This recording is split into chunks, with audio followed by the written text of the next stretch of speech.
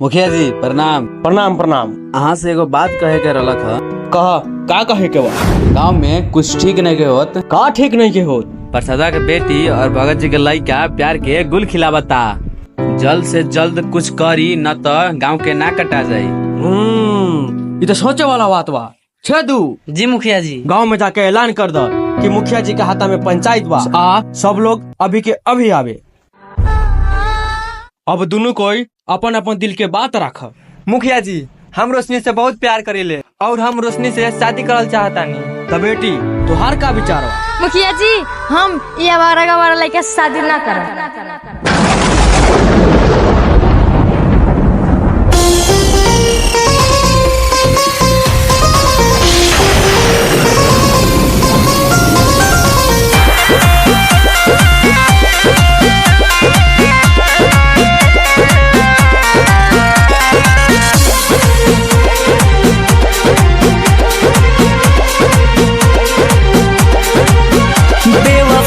के हर बतिया अब काट नियन चुभे, वादा रहे जन्म जन्म के यही जन्म में लगन बे।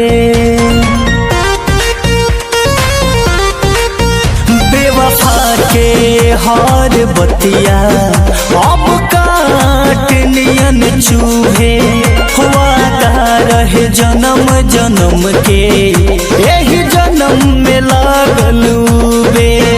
हमरा से कर नफरत अब ना बात हो खेला, हमरा से कर नफरत अब ना बात हो खेला।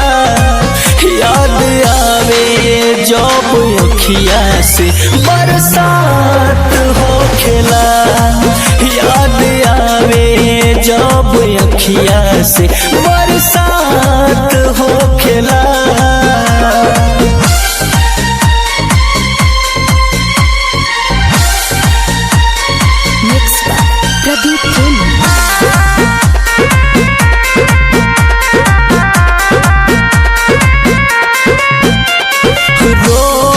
ऐसन बावे राम जी आह नहीं छूटे, जियल न चाही खुद ही बाकी सांसों भी न टूटे।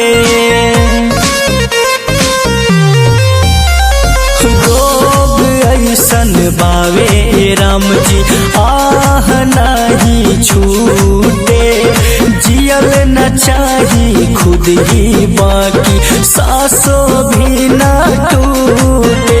तन्हा में रही हम ना मुलाकात हो खेला, तन्हा में रही हम ना मुलाकात हो खेला। याद आवे जब अखिया से बरसात हो खेला, याद आवे जब अखिया से बरसात हो खेला।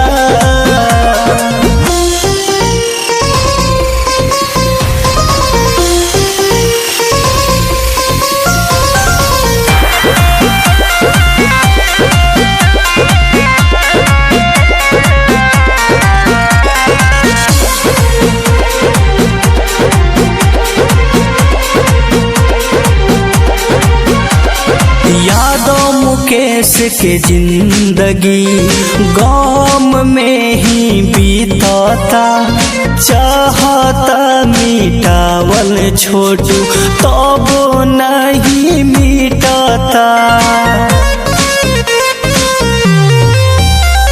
यादों मुकेश के जिंदगी गम में ही बीतता, चाहता मिटावल छोटू तब नहीं मिटता।